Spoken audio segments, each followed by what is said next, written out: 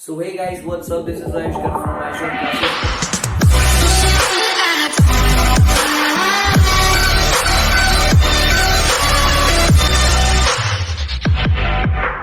आज यार class 10th का चैप्टर नंबर 10 लाइट हम लोग स्टार्ट करने जा रहे हैं। सबसे पहले आपको कुछ इंफॉर्मेशन दे दूं। इस लाइट के चैप्टर को मैं प्रॉपरली टॉपिक वाइज डिवाइड करूंगा। हर वीडियो लेक्चर आपको 1 से 2 दिन में मिल रहा होगा, ठीक है। वो सारे टॉपिक्स जो होंगे आपको थंबनेल पे भी पता लग जाएंगे। जैसे कई लोग बोल रहे हैं किसी का सिलेबस कटा है, किसी का नहीं कटा है, वो सब चीजें बराबर हो जाएंगी। हर चीज टॉपिक के हिसाब से आप पढ़ सकेंगे, ठीक है जी। पढ़ाऊंगा मैं पूरा का पूरा चैप्टर। पढ़ाने का तरीका क्या रहेगा? थ्योरी पढ़ेंगे, न्यूमेरिकल्स लगाएंगे जितने पिछले साल में आए या फिर आ सकते हैं, फिर जितने भी एनसीईआरटी क्वेश्चन है ज्यादा से ज्यादा क्वेश्चन कराने की कोशिश करूंगा। एक सिस्टमैटिक मैनर में पूरा का पूरा लेक्चर खत्म करेंगे। 1 लेक्चर, 2 लेक्चर, 3 लेक्चर। इस लेक्चर में तो आपको खाली इंट्रोडक्शन मिलने वाला है, पता लगने वाला है कि अगली लेक्चर में कैसे कैसे हम आगे बढ़ने वाले हैं। वो तो छोटा सा टॉपिक है, मेन जो इंट्रोडक्शन है, क्योंकि इंट्रोडक्शन में मेरे को एक चीज पढ़ानी है, ठीक है। वो चीज एनसीईआरटी में एक वर्ड की तरह दे रखी है, ना तो आज तक पेपर में आई, ठीक है। नहीं आई तो आने के चांसेस ज्यादा हो गए ना। आज तक नहीं आई तो अब आ सकती है, तो हमें पढ़ के रखना चाहिए ना उस टॉपिक को, ठीक है। वो टॉपिक बीच में आएगा तो मैं आपको बताऊंगा कि वो क्या है। वैसे वो एक 12th क्लास का टॉपिक है, लेकिन हमको पता होना चाहिए। तो शुरू करते हैं। सबसे पहले तो अपनी डेली लाइफ में रिलेट करते हैं लाइट को। देखिए, जब भी हम किसी डार्क रूम में, किसी अंधेरे रूम के अंदर घुसते हैं तो हमें कुछ भी नहीं दिखता, ठीक है। उसके बाद जैसे ही हम उस वहां का बल्ब ऑन करते हैं, स्विच ऑन करते हैं, हमको सब कुछ एकदम से दिखने लग जाता है। क्यों दिखने लग जाता है? होता क्या है, वो बल्ब, देखिए ध्यान से समझिए, ये वो रूम है मान लीजिए, ठीक है। यहाँ पे हमारी चेयर है, यहाँ पे हमारा, यहाँ पे क्या करूं, यहाँ पे टेबल है, यहाँ पे टीवी लगा है, यहाँ पे हमारा बल्ब है। हम यहाँ से एंट्री ली हमने और हमने बल्ब ऑन किया। बल्ब क्या किया? बल्ब ने लाइट एमिट करी, लाइट निकलने लगी बल्ब से। वो लाइट क्या गई? टीवी के पास गई, टीवी से टकराई और हमारी आंखों में आके गिरी। समझ रहे जी बात समझ में आ रही है? हमें कोई चीज कैसे दिखती है? हमें कोई चीज तब दिखती है जब उसके ऊपर लाइट पड़ती है, फिर खुद वो लाइट फेंके। बल्ब खुद एक लाइट फेंक रहा था, हमारी आंखों में आई, हमारी आंखों ने डिटेक्ट करा, ठीक है। उसके बाद हमको पता लगा कि ये जो ऑब्जेक्ट है, कि भैया टीवी है या फिर ये टेबल है, कुछ भी है। बात आपको समझ में आई? ध्यान से समझते हैं। ये हमने तो डायग्राम से समझ लिया कि भाई ऐसे ऐसे होता है। लाइट क्या होती है समझेंगे, पहले देख लेते हैं लाइट का काम कैसे। ऑब्जेक्ट्स 2 तरीके के हो सकते हैं, ध्यान से समझना सारे। ऑब्जेक्ट्स 2 तरीके के हो सकते हैं। एक ऑब्जेक्ट्स होते हैं हमारे ल्यूमिनस और एक ऑब्जेक्ट होते हैं हमारे नॉन ल्यूमिनस। इनकी कुछ डेफिनेशन नहीं, बस ध्यान से समझेंगे। ल्यूमिनस के एग्जांपल बोलो तो सन, या फिर ब्रैकेट में मैं लिख दूं तो स्टार्स। जितने भी स्टार्स हमारे सोलर सिस्टम में है या फिर पूरे यूनिवर्स में है, खाली वही ल्यूमिनस है, बाकी सब उनकी लाइट से चमकते हैं। मून एक सैटेलाइट है जो कि स्टार जो कि हमारे सबसे पास है, सन, उसको लेके चमकता है। सभी स्टार्स हमारे ल्यूमिनस होते हैं। ल्यूमिनस वो चीजें हैं जिनके पास खुद की लाइट होती है, और नॉन ल्यूमिनस जो कि दूसरे की लाइट को लेके चमकते हैं, ठीक है जी। सन हो गया हमारे पास, बल्ब हो गया अगर हमने चालू कर रखा है, एक्सेट्रा एक्सेट्रा, काफी सारी चीजें होगी। नॉन ल्यूमिनस के एग्जांपल जो दूसरे की लाइट लेते हैं, फिर जिनके पास खुद की लाइट होती ही नहीं, जैसे कि चेयर, टेबल, एक्सेट्रा एक्सेट्रा, काफी सारी चीजें हो सकती है नॉन ल्यूमिनस में। ये ल्यूमिनस, ये नॉन ल्यूमिनस। हमें पता लगा ल्यूमिनस से नॉन ल्यूमिनस कैसे चमकते हैं। ल्यूमिनस की लाइट जाती है नॉन ल्यूमिनस के पास, ल्यूमिनस उसको वापस भेजता है, भाई जो देख रहा है उसकी आंखों तक पहुंचाओ, ठीक है, तो वो चमकते हैं। आपको बात समझ में आई? चलिए एक चीज समझते हैं, ठीक, एक चीज समझते हैं जिसमें मान लेते हैं जी, यहां पे हमारी एक वॉल है, ठीक है, कोई भी हमारी वॉल है, ये हमारी वॉल हो गई, ठीक है। यहां पे एक टॉर्च लेके खड़े हैं, इस टॉर्च से मैं लाइट मार रहा हूं इस वॉल के ऊपर। इस वॉल के ऊपर लाइट चमकेगी, जैसे आपने कई बार देखा भी होगा, जैसी टॉर्च होती है वैसी गोल सी लाइट बन जाती है, जैसे मर्जी लाइट बन जाती है, ऐसी लाइट चमकेगी। मैं क्या करता हूं, बीच में अपना हाथ रख लेता हूं, तो आपको क्या लगेगा या फिर आपको क्या दिखेगा कि यहां पे मेरे हाथ की शेडो बन जाएगी ऐसे। हाथ थोड़ा अच्छा नहीं बना है, कोई दिक्कत नहीं यार, आप तो समझ में आ रही है, ठीक है। हाथ की से शेडो बन जाएगी यहाँ पे, क्योंकि क्या होगा कि मैंने जो लाइट का जो पाथ है, लाइट जहां से निकल रही थी वो मैंने रोक दिया, यहाँ पे लाइट रुक गई और जहां से निकल पाई वहां के आगे निकल गई, यानी कि मुझे शार्प शेडो दिखी। मेरा हाथ क्या था? Opaque object. ओपेक ऑब्जेक्ट वो ऑब्जेक्ट्स होते हैं जो कि बिल्कुल भी लाइट को अपने थ्रू से, अपने अंदर से पास नहीं होने देते, ठीक है। ये वर्ड्स इनकी डेफिनेशन नहीं आती, एनसीईआरटी में लिखे, मैं आपको समझा रहा हूं, ध्यान से बस कहानी सुनते चले जाइए।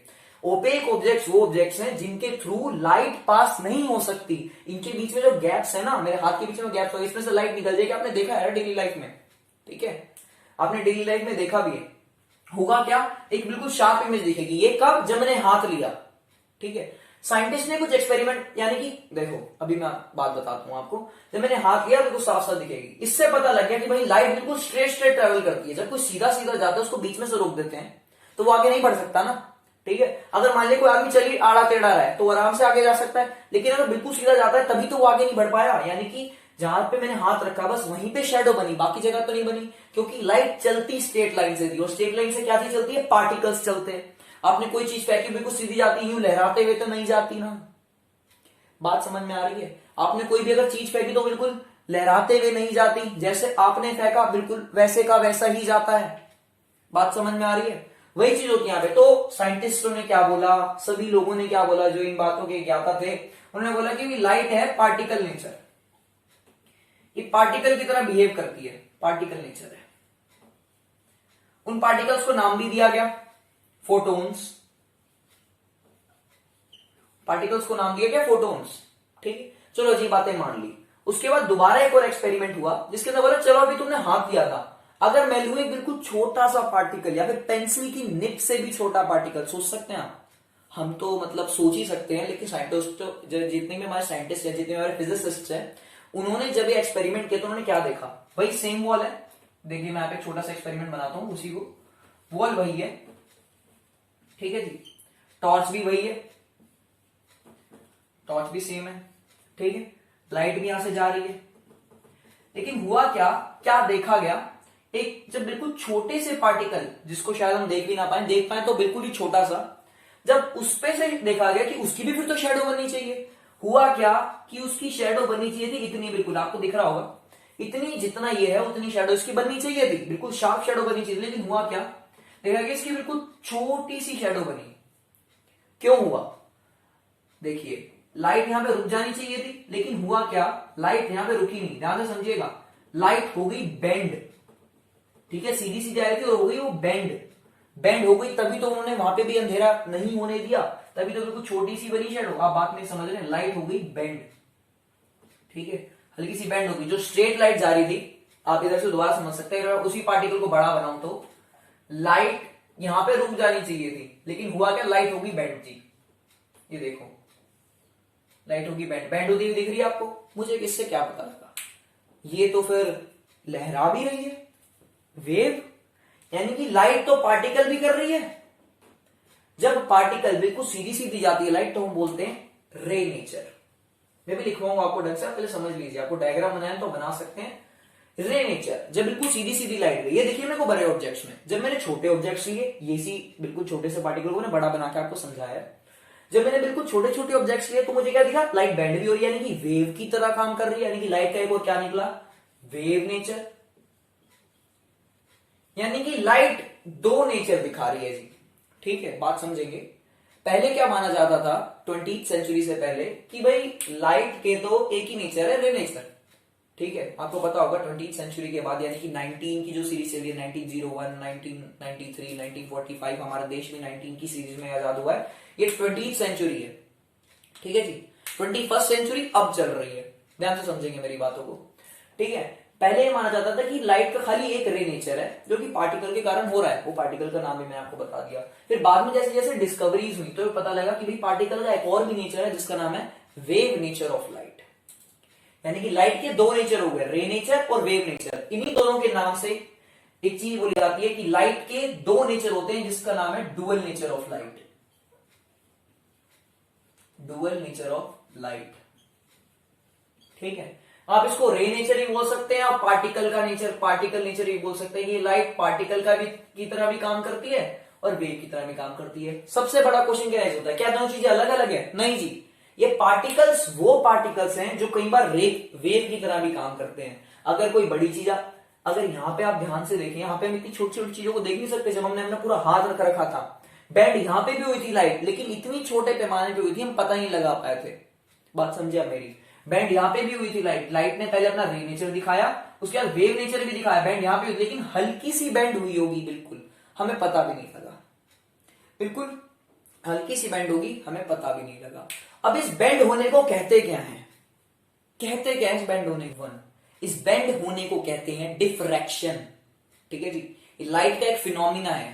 ठीक है, फिनोमिना मेरे ख्याल से आपको बात पता होगी, अगर नहीं पता तो बताओ यार डिस्क्रिप्शन कमेंट बॉक्स में, डिस्क्रिप्शन बॉक्स बोल रहा हूं मैं, आपको आगे लेक्चर में इन सब जो टर्म्स होती है, फिनोमिना हो गया और भी काफी सारी टर्म्स होती है, इनको क्लियर करने के लिए एक वीडियो जरूर बनाऊंगा।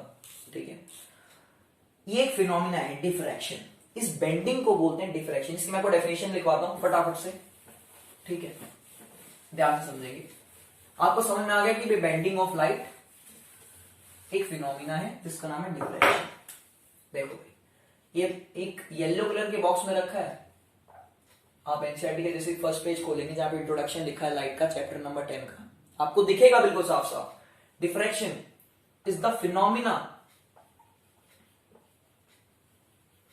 Of light in which it bends, यानी कि मुड़ जाती है, अराउंड द ऑब्जेक्ट, यानी कि जिस भी ऑब्जेक्ट के थ्रू पास करी जा रही है या जिसके आसपास से पास करी जा रही है, ये मुड़ जाती है। इस चीज को बोलते हैं डिफ्रैक्शन। डेफिनेशन आ सकती है, मोस्ट इंपोर्टेंट मार्क कर लीजिए, क्योंकि आज तक नहीं आई है तो अब आ सकती है। ठीक है, लाइट चैप्टर आ सकता है, ये सबको पता है। लाइट चैप्टर में से बढ़िया बढ़िया क्वेश्चन हमारे तैयार होते हैं, सबको पता है। ठीक है, न्यूमेरिकल्स भी बनते हैं इसके अंदर से, mirror formula, lens formula, magnification, refractive index, कई सारे बड़े बड़े टॉपिक्स हैं। लेकिन उन्हीं बड़े टॉपिक्स को देख के कई टीचर्स या फिर कई बच्चे डिफ्रैक्शन नाम का एक छोटा सा टॉपिक छोड़ देते हैं। बस एक डेफिनेशन है, थोड़ा बहुत समझाया गया इसके बारे में, आप ये नहीं छोड़ सकते यार, ये आप छोड़ ही नहीं सकते। ठीक है, एक छोटी सी डेफिनेशन है, इसको आपको पढ़ना पड़ेगा। ठीक है, लाइट के बारे में अगर मैं आपको और थोड़ा बताऊं तो लाइट की जो स्पीड होती है जी, speed of light, speed of light वो होती है हमारी, इसको हम सी से डिनोट करते हैं। जैसे आपने पहले देखा होगा वेलोसिटी को वी से, इनिशियल है तो यू, फाइनल है तो वी। ठीक है, स्पीड को ज्यादातर एस से डिनोट कर देते थे, डिस्प्लेसमेंट को छोटे एस से करते थे। स्पीड ऑफ लाइट का अलग ही सिंबल दे रखा है जिन्होंने, छोटा वाला सी। ये होती है हमारी 3 × 10⁸ मीटर पर सेकेंड, या फिर 3 लाख किलोमीटर पर सेकेंड। फील समझो यार, अब मैं तुम्हें यहाँ पे फील दूंगा, इस चैप्टर में ऐसा कुछ नहीं लिखा लेकिन आगे तक की फील दूंगा। स्पीड ऑफ लाइट 3 × 10⁻, मजा आएगा बहुत ज्यादा। 3 × 10⁸ मीटर पर सेकंड, यानी कि 3 लाख किलोमीटर एक सेकंड में। खुद सोचो यार, एक सेकंड में 3 लाख किलोमीटर बहुत ज्यादा होता है। साइंटिस्टों का मानना है, और ये भी प्रूव भी हो गया है, कि अगर जिस दिन ये 3 लाख किलोमीटर पर सेकंड हमारा पार हो गया, जिस दिन उन्होंने 3 लाख किलोमीटर पर सेकंड पार कर दिए, हम सीधा फ्यूचर में होंगे। ठीक है, यानी कि हम टाइम से आगे निकल जाएंगे, फ्यूचर में तो पास्ट में हम टाइम ट्रेवल कर जाएंगे। अगर हमने 3 लाख किलोमीटर एक सेकंड में जो ट्रेवल हो रहा है, इसको अगर हमने 3,01 किलोमीटर पर सेकंड में अगर हम तक वहां तक अगर हम पहुंच गए, लेकिन अब तक हम नहीं पहुंच पाए, जल्दी कोशिश है कि पहुंच जाएंगे। वही चीज हमारी टाइम मशीन।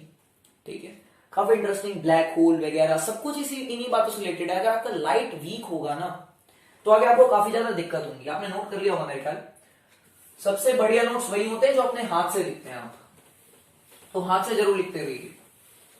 ठीक है, पढ़ाई करते हुए खूब बढ़िया तरीके से। मैं आपको थोड़ा सा बता देता हूं इंट्रोडक्शन में, बस इतना ही था लाइट के। हम अगले लाइट के हमने एक छोटा सा फिनोमिना पढ़ा डिफ्रैक्शन, उसके बारे में इतना नहीं। मेन जो फिनोमिना हमको इस चैप्टर में पढ़ने हैं वो हमारे रिफ्लेक्शन, रिफ्लेक्शन एंड रिफ्रैक्शन, ये फिनोमिना पढ़ेंगे हम। इनके ऊपर अगला लेक्चर आ रहा है जी आपका, इनके एक्सप्लेनेशन दूंगा, प्लस इन्हीं के न्यूमेरिकल्स करा दूंगा, आपका बिल्कुल पक्का हो जाएगा। ठीक है, उसके बाद हम पढ़ेंगे मिरर्स। ठीक है जी, जिसमें रिफ्लेक्शन से रिलेटेड है पूरा। मिरर्स का फॉर्मूला पढ़ाऊंगा, उन्हीं के न्यूमेरिकल्स करा दूंगा, ये भी बढ़िया हो जाएगा। फिर हम पढ़ेंगे लेंसेज, इसी का फॉर्मूला लिखूंगा, न्यूमेरिकल बढ़िया हो जाएगा। रिफ्रैक्टिव इंडेक्स आएगा, उसके बाद में आपके सारे के सारे कंसेप्ट क्लियर हो जाएंगे। ज्यादा से ज्यादा 10-12 वीडियो, वही बहुत ज्यादा बोल दिया मैंने। बढ़िया तरीके का आपको कंटेंट मिलेगा। ऐसा कंटेंट शायद ही आपने किसी YouTube चैनल पे देखा होगा। देखिए, मैं ऐसा नहीं बोलता, मैं किसी की बुराई नहीं कर रहा। ठीक है, लेकिन मैंने बोला लाइट कराऊंगा, मैं लाइट कराऊंगा, और इतना बढ़िया तरीके से करा दूंगा आप भूल नहीं पाएंगे कभी। ठीक है, तो बढ़िया तरीके से पढ़ाई करते रहिए। इतना काफी आज के लिए। बाकी अगली क्लास में, अगले लेक्चर में हम इतने बढ़िया तरीके से रिफ्लेक्शन और रिफ्लेक्शन पढ़ रहे होंगे, आपके दिमाग में बैठ जाएगा वो। तो घर जाओ या घर पे ही होगे, इतनी पढ़ाई करो, इतनी पढ़ाई करो, माँ बाप का नाम रोशन कर दो। अगर पढ़ाई नहीं करी कुछ नहीं मिलना है। इसी के साथ मैं आपसे अलविदा लेना चाहूंगा।